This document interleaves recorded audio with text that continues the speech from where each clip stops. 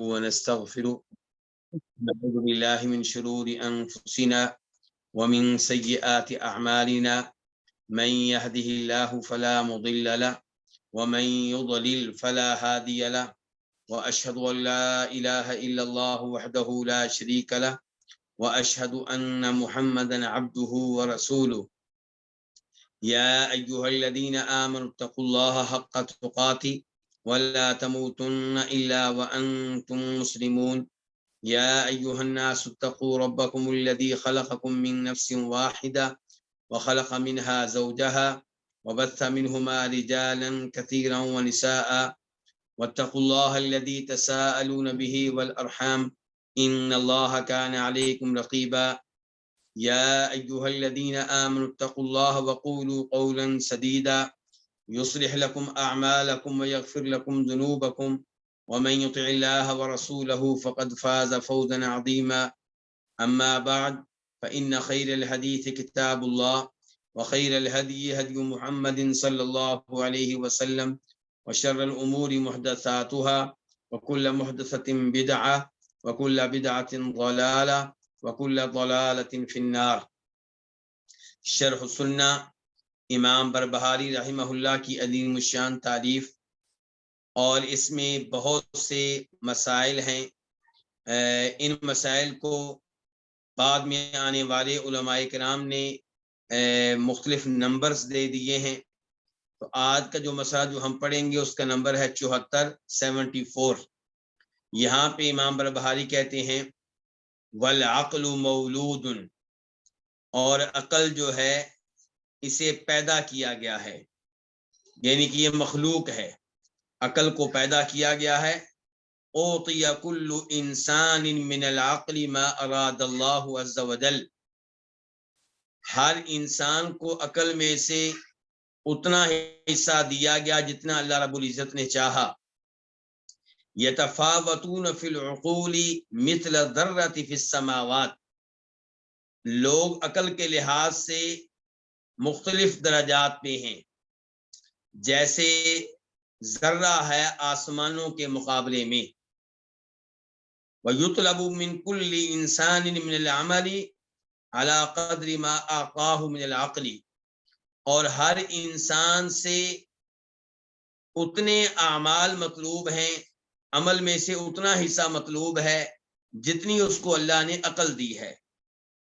وَلَيْسَ الْعَقْلُ بِاكْتِسَابٍ، اور اصل عقل جو ہے یہ کمائی نہیں جاتی. انما هو فضل من اللہ عز وجل، یہ تو اللہ رب العزت کا فضل و کرم ہوتا ہے. تو یہ ہے مسئلہ نمبر 74. اور اس مسئلے میں آپ دیکھ رہے ہیں کہ امام بربہاری رحمہ اللہ نے عقل کے بارے میں گفتگو کی ہے. امام بربہاری یہاں سب سے پہلے یہ بتا رہے ہیں کہ عقل قدیم نہیں ہے، عقل کوئی پرانی چیز نہیں ہے، عقل وہ چیز نہیں ہے جو شروع سے آ رہی ہو، بلکہ عقل مخلوق ہے، اسے پیدا کیا گیا ہے.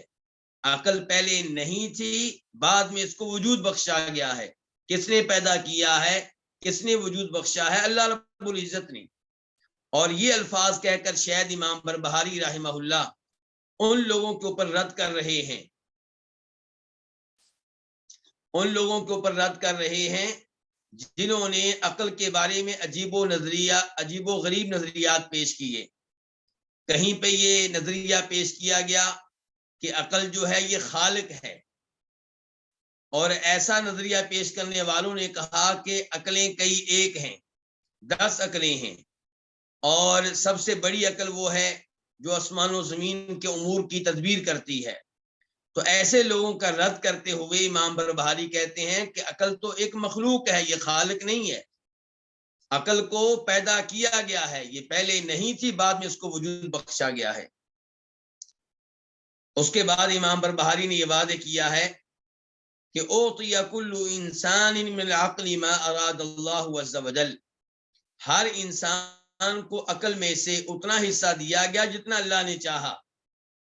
کہتے ہیں یتفاوتون فی العقول مثل الذرۃ فی السماوات، کہ لوگ عقل کے مقابلے میں طرح طرح کے ہیں، جیسے ذرہ آسمانوں کے مقابلے میں ہے. یعنی کہ ذرے کی آسمانوں کے مقابلے میں کوئی حیثیت نہیں ہے۔ ایسے ہی عقل بھی طرح طرح کی ہے۔ مثال کے طور پہ انبیاء کرام علیہم الصلوۃ والسلام یہ عقل کے لحاظ سے کامل ہیں، سب سے آگے ہیں، اور ایسے لوگ بھی ہیں جن کے پاس عقل بالکل موجود نہیں ہوتی، جیسے مجنون ہے، مینٹل ہے، اور ایسے لوگ بھی ہیں جو عقل کے لحاظ سے انبیاء کرام علیہم الصلوۃ والسلام اور پاگلوں مینٹلوں کے بیچ میں ہیں۔ اب جو بیچ میں ہیں وہ بھی طرح طرح کے ہیں، کسی کی عقل کتنی ہے، کسی کی عقل کتنی ہے۔ اور عقل جو ہے اسلام میں اس کی بڑی اہمیت ہے، اسلام نے عقل کو بڑی اہمیت دی ہے۔ اسلام نے عقل کو کتنی اہمیت دی ہے، یہ چیز آپ اس کا اندازہ لگا سکتے ہیں کئی امور کے ذریعے۔ پہلے نمبر پہ دین اسلام نے عقل کو تکلیف کی شرط قرار دیا ہے۔ تکلیف سے مراد کیا ہے کہ کون سا انسان مکلف ہے، پابند ہے اللہ تعالیٰ کے احکام کا، اور کون سا پابند نہیں ہے۔ اس میں جن چیزوں کو معیار قرار دیا گیا ان میں سے ایک عقل ہے، یعنی کہ جو عقل سے محروم ہے وہ شریعت کا پابند نہیں ہے، اس سے نماز روزے کے بارے میں سوال نہیں ہوگا۔ پنکھا چلا دیں۔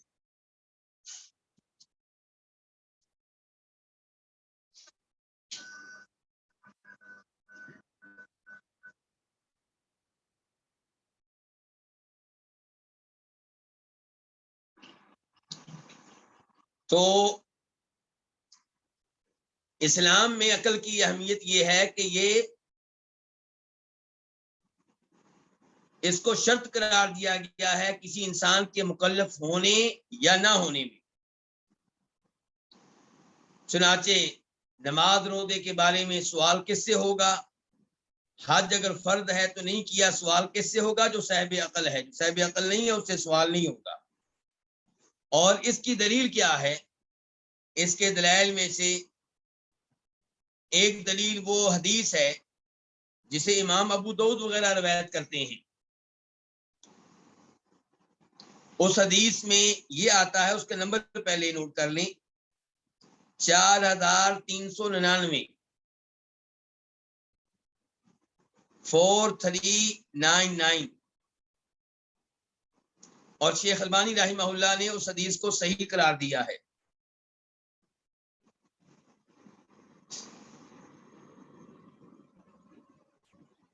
اس حدیث کا مفہوم یہ ہے کہ جناب عمر فاروق رضی اللہ عنہ نے اپنے زمانے میں ایک عورت کو سنسار کرنے کا حکم دیا کہ اس نے بدکاری کی ہے۔ لوگ جب اس عورت کو سنسار کرنے کے لیے لے کر جا رہے تھے تو جناب علی کو پتہ چل گیا۔ جناب علی نے کہا اس کو کہاں لے جا رہے ہو؟ بتایا گیا کہ اس کو سنسار کرنے کے لیے لے کر جا رہے ہیں، اور یہ بھی جناب علی کو پتا چلا کہ وہ عورت مجنون ہے، مینٹل ہے۔ تو جناب علی رضی اللہ عنہ نے کہا کہ اس عورت کو چھوڑ دو، اور خود جناب عمر فاروق کے پاس آئے اور کہا کیا آپ کو یہ بات معلوم نہیں ہے کہ 3 طرح کے لوگ مرفوع القلم ہیں، یعنی کہ ان سے بات پرس نہیں کی جائے گی، ان کا مواخذہ نہیں ہوگا، انہیں گناہ نہیں ملے گا۔ کہا عن المجنون حتی یبرا، پہلے نمبر پہ وہ مینٹل مجنون جس کی عقل واپس نہیں آ جاتی، جب تک اس کی عقل واپس نہیں آتی وہ شریعت کا پابند نہیں ہے۔ اس سے یہ نہیں پوچھا جائے گا کہ تو نے نماز کیوں نہیں پڑھی، روزہ کیوں نہیں رکھا، اور اگر وہ اللہ رب العزت کے کسی قانون کی خلاف ورزی کر بیٹھے تو یہ نہیں کہا جائے گا تو نے خلاف ورزی کیوں کی، کیونکہ وہ تو ہے ہی مینٹل۔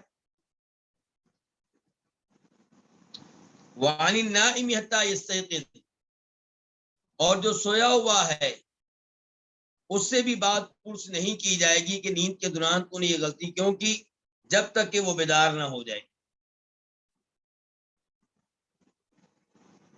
وعن الصبی حتی یعقل، اور بچے سے بھی بات پوچھنے کی جائے گی، وہ بھی مرفوع القلم ہے، حتی یعقل، یہاں تک کہ وہ صاحب عقل ہو جائے۔ تو جناب علی یہ حدیث بیان کر رہے ہیں جناب عمر فاروق کے سامنے اور کہہ رہے ہیں کہ آپ کو یہ حدیث معلوم نہیں ہے۔ عمر فاروق نے کہا بلا کیوں نہیں، مجھے یہ حدیث معلوم ہے۔ جناب علی نے کہا پھر اس عورت کو سنسار کیوں کیا جانے لگا تھا؟ جناب عمر نے کہا کہ لا شیء، یعنی کہ اب ہم اس کو سنسار نہیں کریں گے۔ چنانچہ حضرت علی نے کہا پھر اس کو چھوڑ دیں۔ حضرت عمر فاروق نے پھر اس عورت کو آزاد کر دیا، چھوڑ دیا، اور پھر وہ اللہ اکبر کہنے لگے۔ جناب عمر فاروق اللہ اکبر کہنے لگے کہ کیسے اللہ رب العزت نے اس عورت کی جان کو محفوظ رکھا ہے۔ تو اس حدیث سے کیا پتا چلا کہ اس عورت کو سنسار کیوں نہیں کیا گیا؟ کیونکہ وہ صاحب عقل نہیں ہے۔ تو جو صاحب عقل نہیں ہے وہ شریعت کا پابند بھی نہیں ہے، بلکہ اس حدیث میں بچے کے بارے میں بھی کہا گیا کہ بچہ جب تک صاحب عقل نہ ہو جائے وہ بھی مرفوع القلم ہے، اس سے بھی بات پوچھ نہیں کی جائے گی۔ اسی موضوع پہ دوسری حدیث، حدیث عائشہ رضی اللہ عنہا، اسے امام ترمذی روایت کرتے ہیں اور اس کا نمبر ہے 3432، 3432۔ اس میں سیدہ عائشہ کہتی ہیں کہ فرمایا نبی علیہ السلام نے رفع القلم عن ثلاث، کہ 3 طرح کے لوگ مرفوع القلم ہیں، ان سے قلم اٹھا لیا گیا، مواخذے کا، بات کچھ کا قلم۔ عن النائم حتی یستیقظ، جو سویا ہوا ہے جب تک وہ بیدار نہیں ہو جاتا۔ وعن الصغیر حتی یکبر، چھوٹا جب تک کہ بڑا نہیں ہو جاتا۔ وعن المجنون حتی یعقل، اور مینٹل سے بھی قلم اٹھا لیا گیا، مرفوع القلم ہے، یہاں تک کہ اس کے پاس عقل واپس آ جائے، وہ صاحب عقل ہو جائے۔ تو یہ ہے اسلام میں عقل کا مقام و مرتبہ، کہ جو صاحب عقل ہے شریعت کے احکام اسی کے لیے ہیں، اللہ تعالیٰ اسی کو مخاطب کرتے ہیں قرآن میں، نبی علیہ السلام اپنی حدیث میں اسی کو مخاطب کرتے ہیں۔ عقل کی اہمیت کا اندازہ اور یہ کہ جو صاحب عقل نہیں ہے اس پہ مواخذہ بھی نہیں ہے، اس کا اندازہ آپ ایک اور روایت سے بھی کر سکتے ہیں۔ ابو داؤد شریف کی روایت ہے 4404، 4404، اس کو بھی شیخ البانی رحمہ اللہ نے صحیح روایت قرار دیا ہے۔ اس میں راوی عطیہ القردی ہیں، یعنی کہ عطیہ ہے جن کا تعلق بنی قریظہ قبیلے سے ہے، اور بنی قریظہ قبیلہ یہودیوں کے قبائل میں سے وہ قبیلہ ہے جو مدینہ منورہ میں اس وقت آباد تھا جب نبی علیہ السلام مکہ سے مدینہ تشریف لائے، اور اس قبیلے کے ساتھ اللہ کے رسول علیہ السلام نے معاہدہ کیا۔ کیا معاہدہ کیا؟ کہ اگر ہمارے اوپر کوئی حملہ کرے گا مدینہ میں تو آپ لوگ ہمارا ساتھ دیں گے، ہمارا دفاع کریں گے، اور اگر آپ کے اوپر کوئی حملہ کرتا ہے مدینہ میں تو ہم آپ کا ساتھ دیں گے، آپ کا دفاع کریں گے۔ جب خندق والی لڑائی ہوئی، جس کو دوسرا نام کیا اس کا غزوہ احزاب، سن 5 ہجری میں، تو تب اہل مکہ یہ طے کر کے آئے تھے کہ اس دفعہ مسلمانوں کو ہم نے ختم کر دینا ہے، نیست و نابود کر دینا ہے۔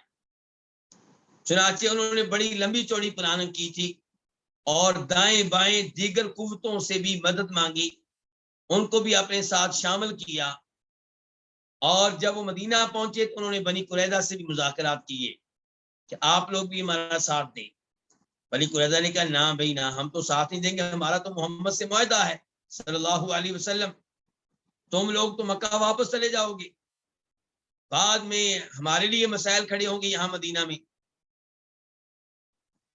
تو انہوں نے کہا کہ انہوں نے اہل مکہ نے، مکہ کے مشرکین نے، کہ آپ کیوں گھبراتے ہیں، کیوں ڈرتے ہیں؟ ہم اس دفعہ آئے ہیں اس نیت سے کہ مسلمانوں کو ہم نے ختم کر دینا ہے، جب ان کا وجود ہی نہیں رہے گا تو ڈر کس بات کا؟ ان کو تو ہم نے ختم کر دینا، بس تم ہمارا ساتھ دو۔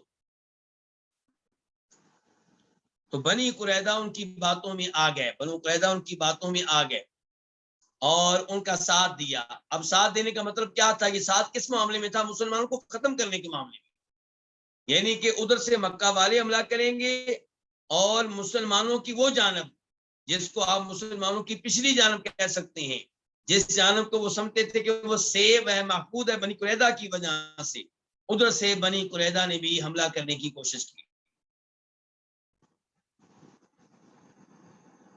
تو پھر کیا ہوا؟ اللہ رب العزت نے بہرحال مسلمانوں کو فتح دی، اللہ نے اپنے لشکر بھیجے، اللہ نے ہوا بھیجی، اتنی شدید ہوا جس کی وجہ سے مشرکین مکہ کو مدینہ سے واپس جانا پڑا، سردی بھی تھی، تیز ہوا بھی تھی، خیمے ان کے اکھڑنے لگے، ان کے برتن اڑنے لگے، اور ان کو یہ فیصلہ کرنا پڑا کہ اب ہم واپس جائیں گے۔ جب نبی علیہ الصلوۃ والسلام واپس آئے اس جنگ سے اور آپ آرام کرنے لگے تو جبریل علیہ السلام پہنچ گئے، ہاں آپ آرام کرنے لگے ہیں؟ تو اللہ کے رسول نے پوچھا علیہ السلام نے، تو کدھر لڑائی ہے، کن سے لڑائی ہے؟ جبریل علیہ السلام نے جو کچھ کہا، جو اشارہ کیا، اس کا مفہوم یہ تھا کہ بنی قریظہ سے لڑنا ہے۔ چنانچہ نبی علیہ السلام صحابہ کرام کو لے کر گئے اور بنو قریظہ کا محاصرہ کر لیا گیا۔ بنی قریظہ نے کہا جب محاصرے سے تنگ آ گئے، مسلمانوں نے محاصرہ کیا ہوا ہے، وہ باہر نہیں نکل سکتے، اندر کوئی چیز نہیں آ سکتی،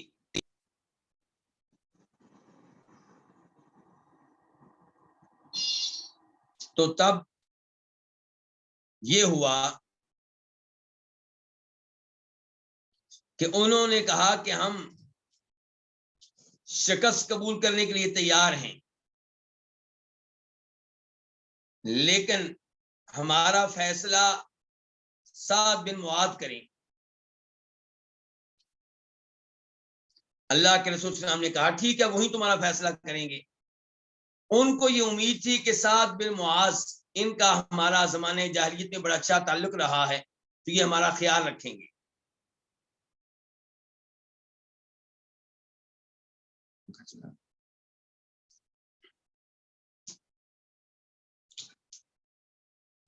یہ ہمارا خیال رکھیں گے، لیکن سعد بن معاذ نے ان کا کوئی خیال نہیں رکھا، اور انہوں نے فیصلہ یہ کیا کہ ان کے جو مرد ہیں ان کو قتل کیا جائے، ان کی عورتوں کو لونڈیاں بنا لیا جائے، اور ان کے بچوں کو غلام بنا لیا جائے۔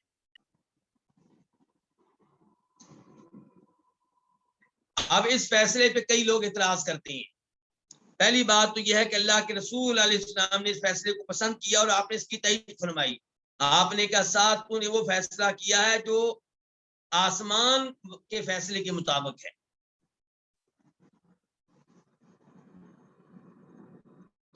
اچھا، اب کئی لوگ سمجھتے ہیں کہ فیصلہ بڑا سخت ہے، سخت نہیں ہے۔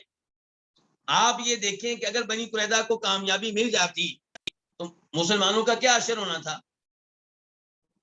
قتل ہو جانا تھا، مسلمانوں نے ختم ہو جانا تھا۔ بنی قریظہ جو ہے مشرکین مکہ کے ساتھ اس سازش کا حصہ بنے جس کا تقاضا یہ تھا کہ مسلمانوں کو ختم کرنا ہے، قتل کرنا ہے۔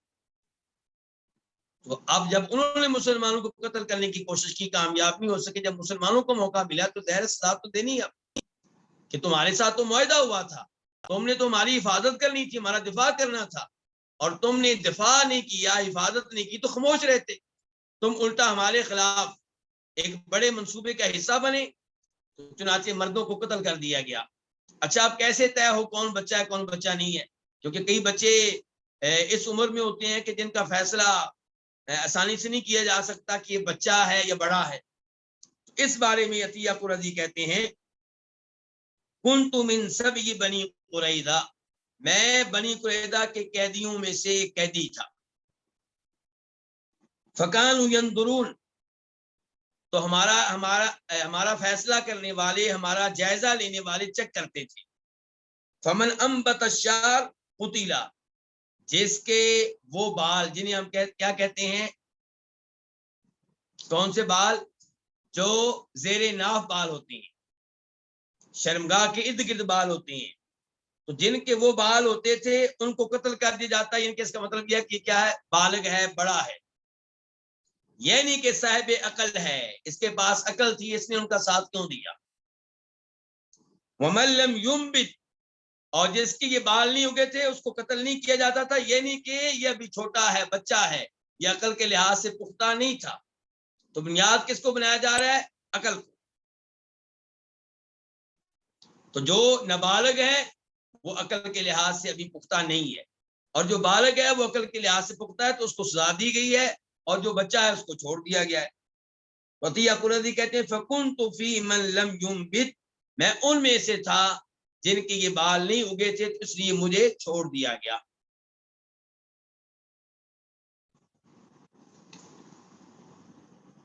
تو اسلام میں عقل کی اہمیت، پہلا پوائنٹ کیا تھا اس میں کہ اسلام نے عقل کو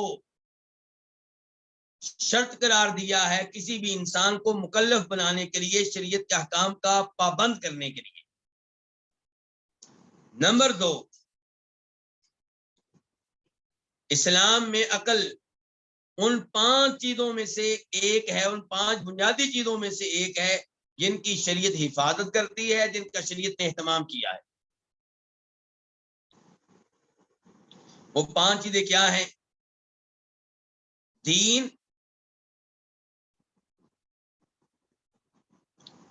جان، عقل، عزت اور مال، یہ 5 بنیادی چیزیں ہیں جن کی اسلام حفاظت کرتا ہے۔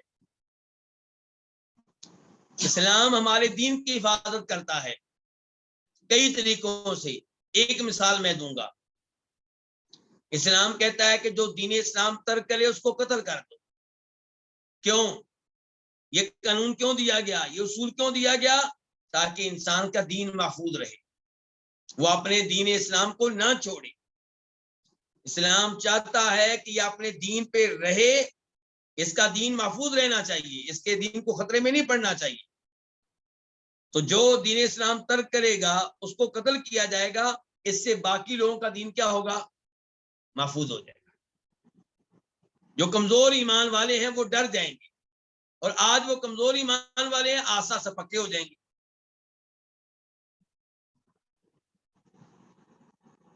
نمبر 2، اسلام حفاظت کرتا ہے ہماری جان کی، اور اس کے لیے بھی اسلام نے کئی قوانین دیے، کئی اصول دیے۔ ایک اصول میں بیان کرتا ہوں، کہا گیا ہے کہ النفس بالنفس، کہا گیا وَلَكُمْ فِي الْقِصَاصِ حَیَاءٌ، کہا گیا کتب علیکم القصاص فی القتل، کہ قاتل کو مقتول کے بدلے میں قتل کیا جائے گا۔ کیوں؟ آج قاتل کو سب کے سامنے قتل کریں گے تو آئندہ کسی کو ضرورت نہیں ہوگی کسی اور کو قتل کرنے کی، سب لوگوں کی جانیں محفوظ ہو جائیں۔ تو اسلام حفاظت کرتا ہے ہمارے دین کی، اسلام حفاظت کرتا ہے ہماری جان کی، اور اسلام حفاظت کرتا ہے ہمارے مال کی۔ اس کے لیے کئی قانون دیے گئے، ایک قانون بتاتا ہوں کیا، کہ والسارق والسارقۃ فاقطعوا ایدیہما، چوری کرنے والا مرد ہو یا عورت اس کا ہاتھ کاٹ ڈالو۔ کیوں جی، کیوں ہاتھ کاٹا جا رہا ہے؟ ایک کا ہاتھ کٹے گا سب کے سامنے، باقی سب لوگ کانوں کو ہاتھ لگائیں گے اس کا یہ حشر دیکھ کر، اور کوئی کسی کا مال چوری کرنے کی جرت اور جسارت نہیں کرے گا۔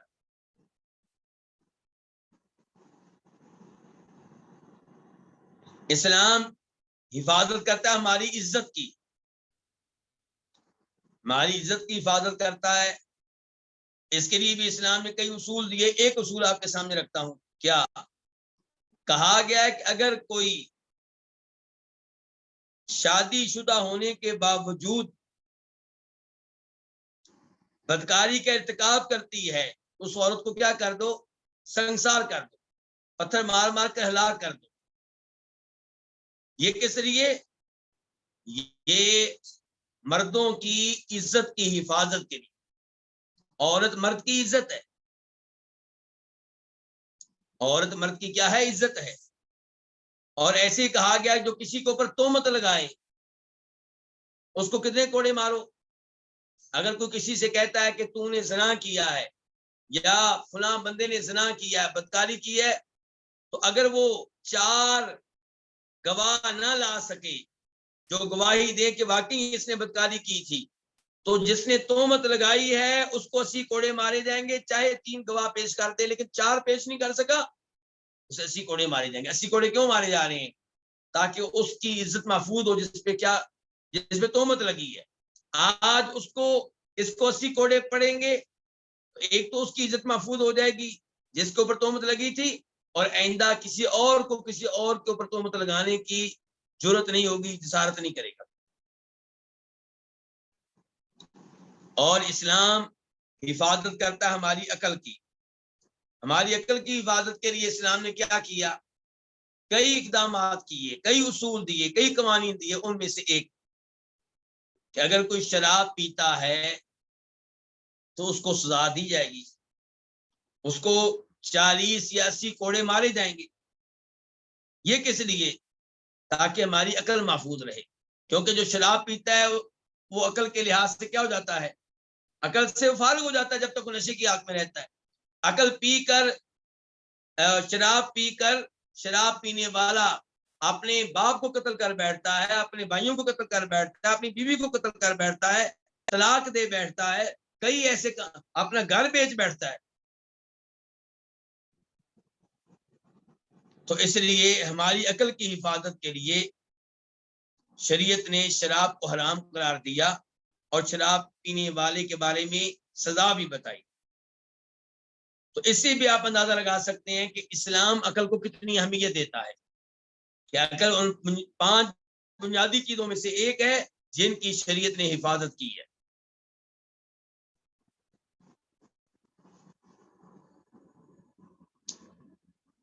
اسلام عقل کو اہمیت دیتا ہے۔ اللہ رب العزت قرآن کریم میں بار بار کہتے ہیں کہ ان فی ذلک لآیات لأولی الالباب۔ اللہ تعالیٰ کو چیز بیان کر کے کہتے ہیں کہ اس میں عبرت ہے، اس میں نشانی ہے، لیکن کن کے لیے؟ عقل والوں کے لیے۔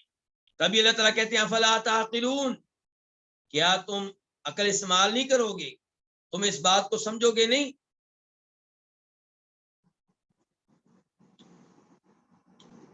تو اگر انسان اپنی عقل کا درست استعمال کرے وہ قرآن کی آیتوں کو بھی سمجھ سکتا ہے، احادیث کو بھی سمجھ سکتا ہے، اور درست طریقے سے سمجھ سکتا ہے۔ اگر کافر قرآن کو حدیث کو صحیح طریقے سے نہیں سمجھ سکا تو اس لیے کہ اس نے اپنی عقل کو صحیح معنوں میں استعمال نہیں کیا، اور ایسا شخص روز قیامت پچھتائے گا، ندامت کا اظہار کرے گا، لیکن تب فائدہ نہیں ہوگا۔ چنانچہ اللہ تعالیٰ کہتے ہیں سورہ ملک میں کہ جہنمی لوگ جہنم میں کہیں گے وَقَالُوا لَوْ كُنَّا نَسْمَعُ أَوْ نَعْقِلُ مَا كُنَّا فِي أَصْحَابِ السَّعِيرِ۔ اگر ہم قرآن سنتے دھیان سے، اگر ہم احادیث سنتے دھیان سے، یا ہم عقل سے کام لیتے تو آج ہم جہنم میں نہ ہوتے۔ عقل کا صحیح استعمال نہیں کیا، اس لیے جہنم میں پچھتا رہے ہوں گے۔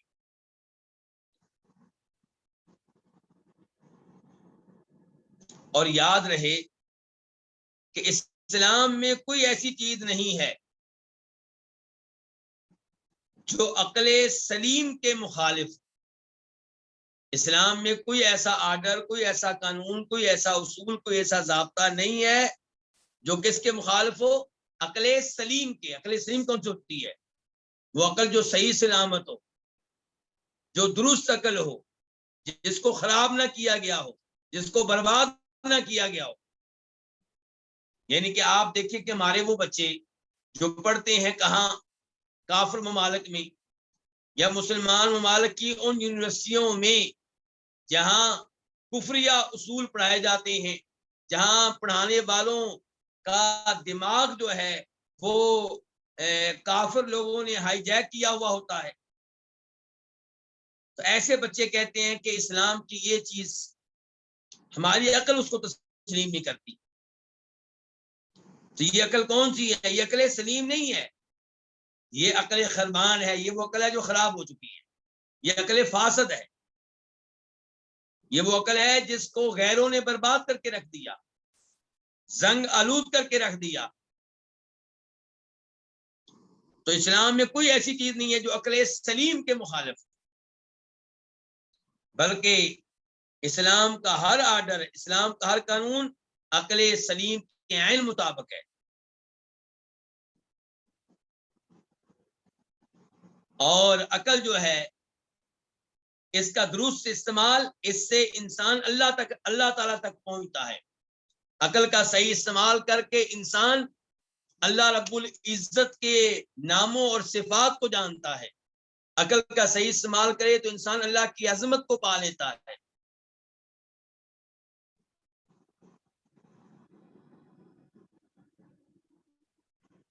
لیکن کئی لوگوں نے عقل استعمال کی تو اس میں مبالغہ کیا، غلو کیا، وہ گمراہ ہو گیا، لوگوں کو بھی گمراہ کیا۔ یہ کون لوگ تھے؟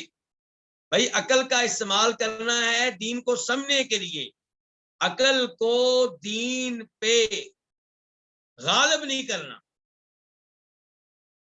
سپریم لا قرآن و حدیث کو بنانا ہے، عقل کو سپریم لا نہیں بنانا۔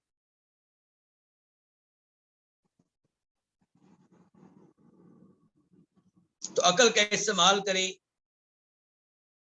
سلف صالحین کے دیے ہوئے قوانین کے مطابق، جو انہوں نے قرآن و حدیث سے سمجھے، ان کے منہج کے مطابق۔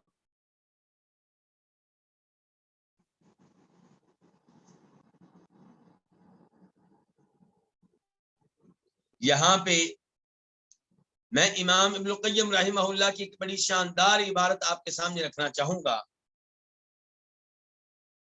وہ کہتے ہیں اپنی کتاب الروح میں، الرسول صلوات اللہ وسلامہ علیہم لم یخبروا بما تحیلہ العقول وتقطع باستحالتہ، کہ انبیاء کرام علیہم الصلوۃ والسلام نے کوئی ایسی بات نہیں بتائی جس کو عقل محال جانے، ناممکن جانے۔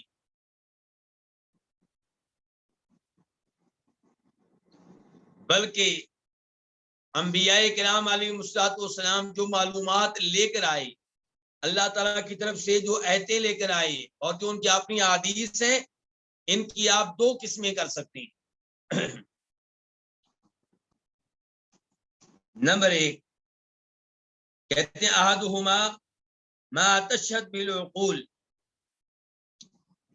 نمبر ایک انبیاء کرام علیہم الصلوۃ والسلام کی طرف سے آئی ہوئی وہ نصوص، وہ اخبار، وہ آیات، وہ احادیث جن کی عقل تائید کرتی ہے۔ عقل کہتی ہے کہ یہ آیت بالکل ٹھیک ہے، عقل کہتی ہے یہ حدیث بالکل ٹھیک ہے۔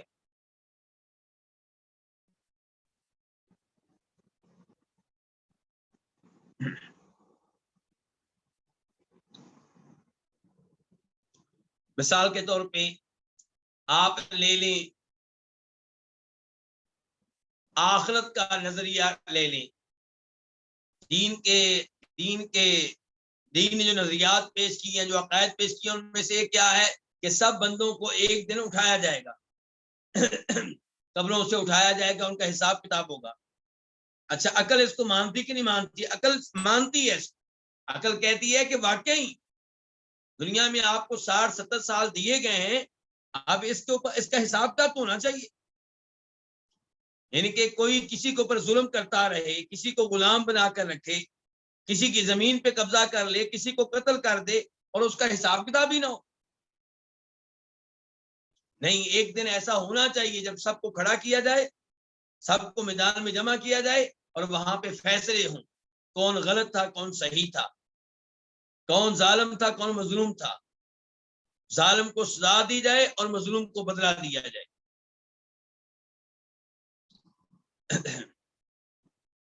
نبی علیہ السلام کی مشہور و معروف حدیث ہے کہ آپ کے دودھ میں، آپ کے پانی میں اگر مکھی گر جائے تو وہ اپنا ایک پر ڈالے گی آپ کے دودھ میں، آپ کے مشروب میں، تو آپ اس کے دوسرے پر کو بھی ڈبو دیں، اس کے بعد آپ اس دودھ کو پینا چاہیں تو پی سکتے ہیں۔ اب کسی زمانے میں لوگ اس حدیث کا مذاق اڑاتے تھے، کہہ دیتے دیکھو جی دین اسلام کیسا دین ہے، بجائے اس کے کہ یہ کہا جائے کہ مکھی کو نکالو، اوپر سے کہا جا رہا ہے جو اس کا حصہ نہیں ڈوبا اس کو بھی ڈبو دو، جبکہ نبی علیہ الصلوۃ والسلام وہ عظیم نبی ہیں، وہ کامل عقل والے انسان ہیں، تو آپ نے وجہ بھی بیان کی وہاں پہ، آپ نے کہا تھا کہ اس لیے کہ مکھی کے دو پر ہوتی ہیں، ایک پر میں شفا ہوتی ہے، دوسرے پر میں بیماری ہوتی ہے، اور مکھی آپ کے مشروب میں دودھ میں کون سا پر ڈالتی ہے؟ جس میں بیماری ہے۔ اب آپ آگے بڑھیں اور دوسرا پر بھی ڈبو دیں، اس میں شفا ہے، تو جو بیماری اس نے ڈالی ہے اس کا علاج ہو جائے گا۔ ایک زمانے تک لوگ اس کا مذاق اڑاتے رہے، سچے مسلمان تو مذاق نہیں اڑاتے تھے، لیکن جو دین کے دشمن ہیں، لیکن آج کے سائنسدان اس حدیث کی تصدیق کر رہے ہیں، وہ مان کے ہیں کہ واقعی مکھی کے دو پروں میں سے ایک پر میں شفا ہوتی ہے اور دوسرے میں بیماری ہوتی ہے۔ تو اس لیے امام القیم کیا کہہ رہے ہیں کہ انبیاء کرام علیہ السلام جو باتیں بتائی ہیں ان میں سے کچھ باتیں وہ ہیں جن کی عقل تائید کرتی ہے، اور کچھ باتیں وہ ہیں الثانی ما لا تدرک العقول بمجردها، اور کچھ باتیں انبیاء کرام کی بتائی ہوئی وہ ہیں، وہ احادیث ہیں، وہ آیات ہیں، وہ اخبار ہیں جن کا ادراک عقل تنہا طور پہ نہیں کر سکتی، عقل ہماری کمزور ہے، وہ باتیں سچی ہیں، وہ باتیں حق ہیں، لیکن ہماری عقل اکیلے ان چیزوں کا ادراک نہیں کر سکتی، ان کی حقیقت کو نہیں پا سکتی۔ کالغیوب التي اخبروا بها عن تفاصیل البرزخ والیوم الاخر وتفاصیل الثواب والعقاب، جیسا کہ وہ غیبی باتیں ہیں جو انبیاء کرام نے بتائی ہیں علیہ السلام، برزخ کے بارے میں، قبر میں کیا ہوتا ہے،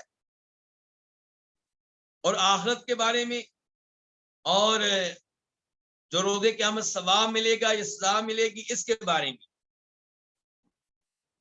اب یہ باتیں جو ہیں عقل تنہا ان کا ادراک نہیں کر سکتی، ولا يكون خبرهم محالا في العقول اصلا، عقل کا ان باتوں کا ادراک نہ کر سکنا اور چیز ہے، لیکن عقل ان کو محال مانے یہ ممکن نہیں۔ عقل کہے کہ یہ ممکن نہیں ہے کہ لوگوں کو اٹھایا جائے گا، ان کا حساب کتاب ہوگا، یا عقل کہے یہ ممکن نہیں ہے کہ قبر میں عذاب ہو، نہیں، ایسا نہیں۔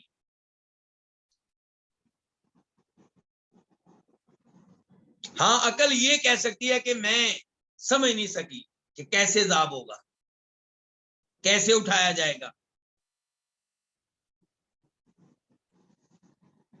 امام القیم کہتے ہیں وَكُلُّ خَبَرٍ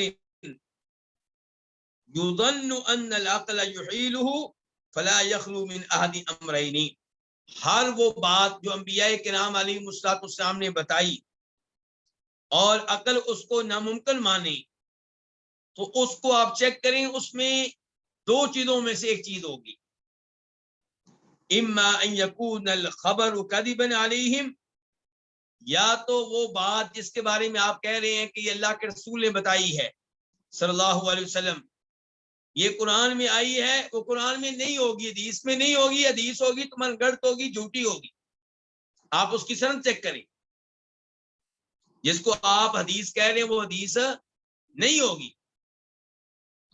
او یکون ذالک العقل فاسدا، یا پھر وہ عقل جو اس چیز کو ناممکن مان رہی ہے وہ عقل فاسد ہوگی، وہ عقل سلیم نہیں ہوگی۔ امام لوگ کہتے ہیں وہ شبہۃ خیالیہ، وہ خیالی ایک شبہ ہوگا، یظن صاحبها انها معقول صریح، جس کے عقل میں وہ شبہ آیا وہ سمجھتا ہوگا کہ عقل کے عین مطابق ہے، جبکہ وہ عقل کے عین مطابق نہیں ہوگا۔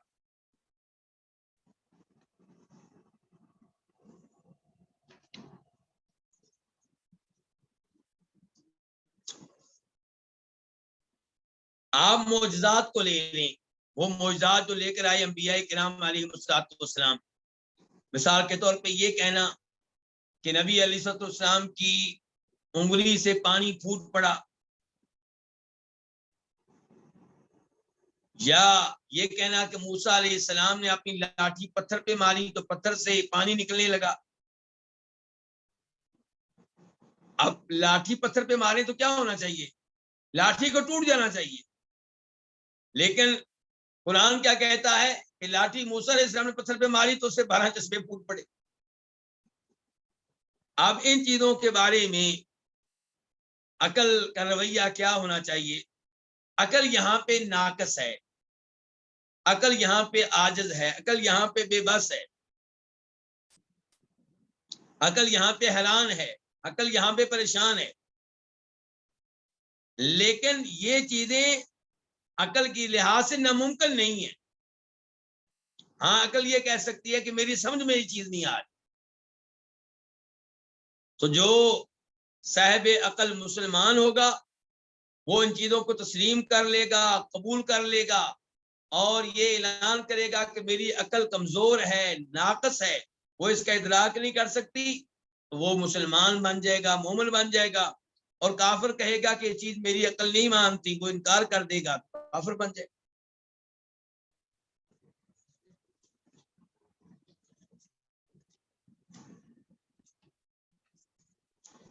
تو ایک دفعہ پھر آتے ہیں امام بربہاری رحمہ اللہ کے کلام کی طرف.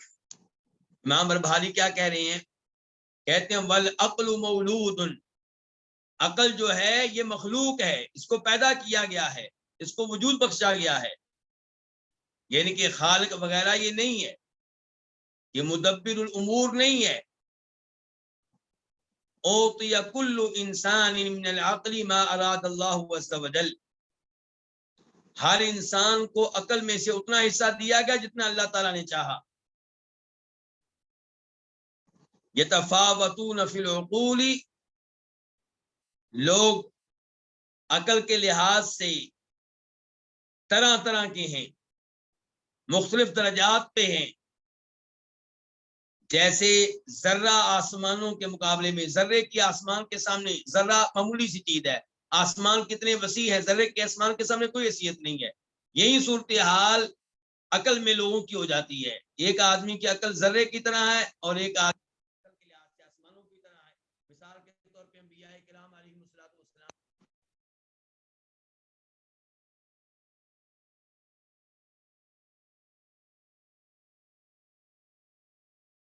آپ نے سنا ہوگا کہ بچے ایسے ہوتے ہیں 10 سال 12 سال، ڈاکٹر کیا کہتے ہیں کہ عقل کے لحاظ سے بھی چھوٹا ہے، 1 سال کا ہے، 2 سال کا ہے، 3 سال کا ہے. وَيُطْلَبُ مِنْ كُلِّ إِنسَانٍ مِنَ الْعَمَلِ عَلَى قَدْرِ مَا أَعْطَاهُ مِنَ الْعَقْلِ.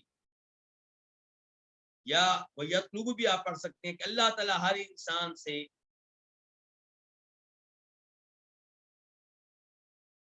اس کو دی گئی عقل کی مقدار کے مطابق عمل کا مطالبہ کرتی. جتنی اللہ نے کسی کو عقل دی ہے اس کے مطابق اس سے عمل کرنے کا مطالبہ ہے. اور اس بات کو ہم پہلے سمجھ چکے ہیں کہ کیا مینٹل سے اللہ تعالیٰ کا مطالبہ ہے کہ نماز پڑھو؟ نہیں. کیا اس سے مطالبہ ہے روزے رکھو؟ نہیں. اس سے مطالبہ ہے کہ حج کرو؟ نہیں. البتہ جتنی اس کی عقل ہے اتنا مطالبہ اس سے ہوگا، کیونکہ کئی لوگ پورے مینٹل نہیں ہوتے، تو جتنی کی عقل ہے اتنا اس سے مطالبہ ہوگا. اور کئی لوگ ایسے ہوتے ہیں جن کی عقل کبھی ہوتی ہے کبھی نہیں ہوتی. جب عقل ہوگی تب شریعت کا ان سے مطالبہ ہوگا کہ نماز پڑھو، روزہ رکھو، حج کرو. جب عقل غائب ہو جائے گی تب مطالبہ نہیں ہوگا.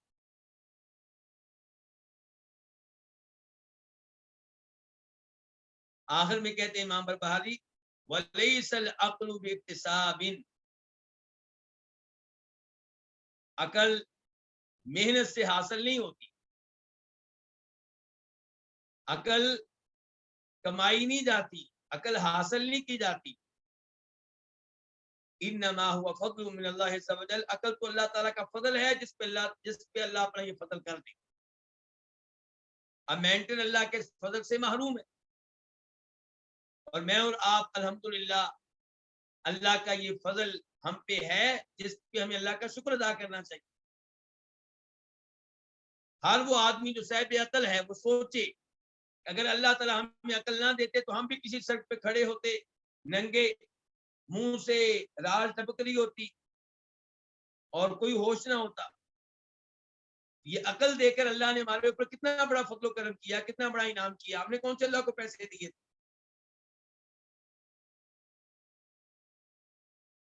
یہ جو آخری بات ہے کہ عقل کمانے سے نہیں ملتی بلکہ یہ اللہ تعالیٰ کا فضل و کرم ہے، ہاں اس میں کوئی شک نہیں کہ تجربے سے عقل کو بہتر بنایا جا سکتا ہے لیکن بنیادی طور پہ عقل اللہ کا فضل ہے۔ یعنی کہ مینٹل کے اوپر آپ جتنی بھی محنت کر لیں، کیا اس کو عقل مل جائے گی؟ جتنا بھی آپ اس کو سکھا لیں، جتنی بھی آپ اس کو تعلیم دے لیں، نہیں، ممکن نہیں۔ یہ جو آخری عبارت ہے کہ ولی صلاح باکتساب، عقل کمانے سے نہیں ملتی بلکہ یہ اللہ کا فضل و کرم ہے، یہ امام بربہاری کا وہ جملہ ہے جس کو امام ابن القیم رحمہ اللہ نے بھی ذکر کیا ہے اپنی یہ کتاب میں۔ کتاب کا نام کیا ہے؟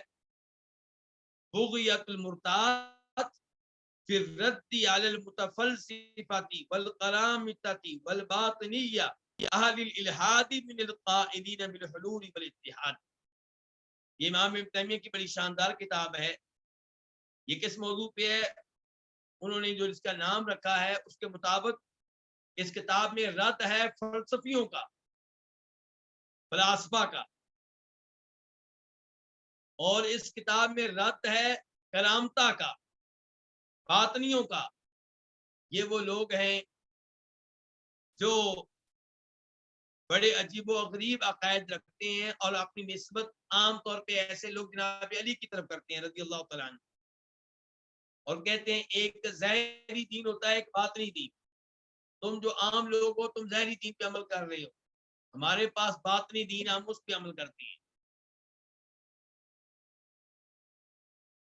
تو امام ابن تیمیہ کی یہ کتاب، اس میں رد ہے فلسفیوں کا، کرامتا کا، باطنیوں کا۔ امام ابن تیمیہ کہتے ہیں اور یہ وہ لوگ ہیں جو ملک قسم کے لوگ ہیں۔ یہ فلاسفہ، کرامتا، باطنی، یہ کون ہوتے ہیں؟ ملک ہوتی ہیں، بے دین قسم کے لوگ ہوتے ہیں، اور یہ حلول اور اتحاد کا نظریہ رکھتے ہیں کہ اللہ تعالیٰ فلاں میں اتر گیا، فلاں میں داخل ہو گیا، فلاں اور اللہ تعالیٰ ایک ہو گئے۔ اس قسم کے عقائد رکھنے والے ہیں فلاسفہ، کرامتا، باطنیہ۔ ان کے رد میں یہ کتاب لکھی ہے امام ابن تیمیہ رحمہ اللہ نے۔ اچھا، اس کتاب میں انہوں نے عقل کے موضوع پہ گفتگو کی ہے، بار بار کی ہے، ان لوگوں کے اوپر رد کیا ہے جو کہتے ہیں، کچھ کہتے ہیں جی عقل فرشتے کا نام ہے،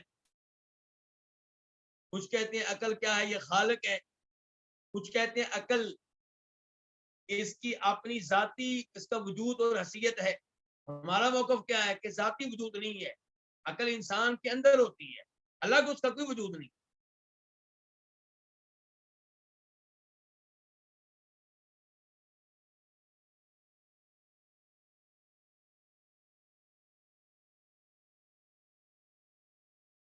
یہاں پہ امام ابن تیمیہ کہتے ہیں وَمَن تَدَبَّرَ مَا يُوجَدُ مِنْ كَلَامِ الْمُسْلِمِينَ عَامَّتِهِمْ وَخَاصَّتِهِمْ سلفهم وَإِمَّتِهِمْ وَفُقَهَائِهِمْ وَمُحَدِّثِيهِمْ وَصُوفِيَّتِهِمْ وَمُفَسِّرِيهِمْ وَنُحَاتِهِمْ وَمُتَكَلِّمِيهِمْ لَمْ يَجِدْ فِي كَلَامِ أَحَدٍ مِّنْهُمْ لَفْظُ الْعَقْلِ مَقْبُولًا عَلَى مَا يَزْعُمُ هَؤُلَاءِ الْفَلْاسِفَةُ وَلَا عَلَى مَا يُقَالُ أَنَّهُ مَلَكٌ مِّنَ الْمَلَائِكَةِ۔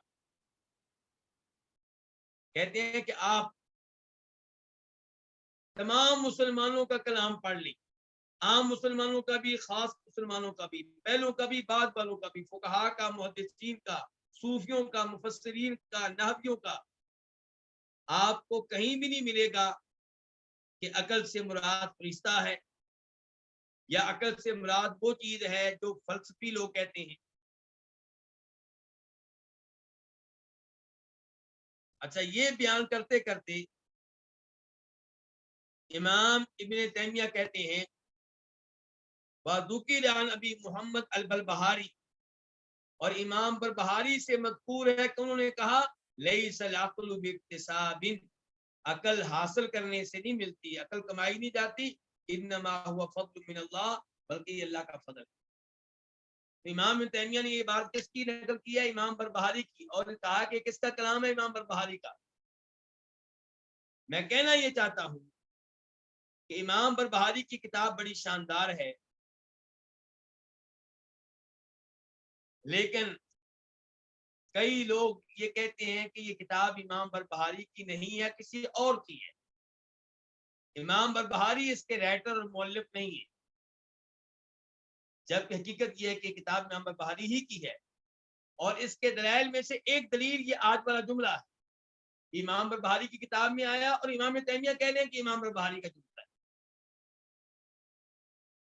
تو امام ابن تیمیہ جیسا عظیم امام یہ مانتا ہے کہ یہ امام بربہاری کا جملہ ہے، اور اس کا مطلب یہ ہوا کہ یہ کتاب کو ہم پڑھ رہے ہیں یہ کس کی؟ امام بربہاری کی ہے۔ اس کتاب کے کئی جملے امام ذہبی نے بھی نقل کیے ہیں، اور میں نے شروع میں گفتگو کی تھی۔ تو صحیح بات یہ ہے کہ کتاب امام بربہاری رحمہ اللہ ہی کی ہے، اور اس میں شک و شبہ کی کوئی گنجائش نہیں ہے۔ امام ابن تیمیہ نے اپنی اس کتاب میں کئی علماء کرام کے اقوال ذکر کیے ہیں کہ جو بتاتے ہیں عقل کس کو کہتے ہیں۔ چنانچہ کئی علماء کرام کہتے ہیں کہ ہوا قوت یفصل بها بین حقائق المعلومات، عقل اس قوت کا نام ہے جس کے ذریعے آپ معلومات کو پرکھتے ہیں، کون سی معلومات ٹھیک ہے کون سی غلط ہیں۔ اور کچھ کہتے ہیں کہ عقل وہ قوت ہے جس کے ذریعے آپ کو پتہ چلتا ہے حق کیا ہے باطل کیا ہے، کون سی چیز آپ کے لیے نقصان دہ ہے کون سی چیز آپ کے لیے فائدہ مند ہے۔ اور یہی بات صحیح ہے۔ اور یہ کہنا کہ عقل سے مراد کوئی فرشتہ ہے یا عقل خالق ہے، یہ ان فلسفیوں کے عجیب و غریب نظریات ہیں جو بالکل غلط ہیں۔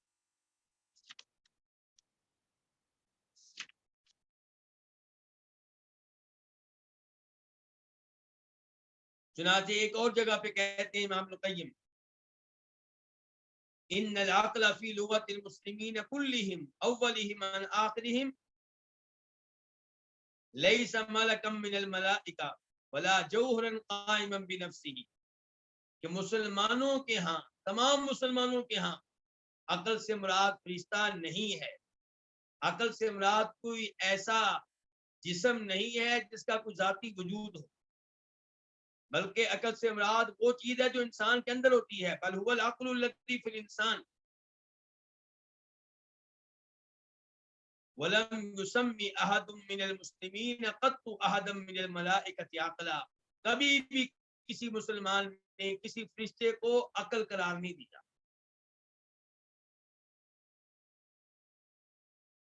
کہتے ہیں بل ہذہ من لغت اليونان، یہ یونانی لوگوں کی لغت ہے، وہ یعنی کہ کسی کہتے ہیں کہ فرشتہ، عقل سے مراد کیا ہے؟ فرشتہ ہے۔ اس کے بعد کہتے ہیں امام ابن تیمیہ کہ قرآن کریم کے الفاظ کو، اور عقل قرآن کے الفاظ میں سے ایک ہے، قرآن نے عقل کا لفظ بار بار استعمال کیا ہے، عقل کا لفظ احادیث میں بھی آیا ہے۔ تو کہتے ہیں کہ قرآن کریم اور احادیث کے الفاظ کو یونانیوں کی زبان میں سمجھنا یہ غلط ہے۔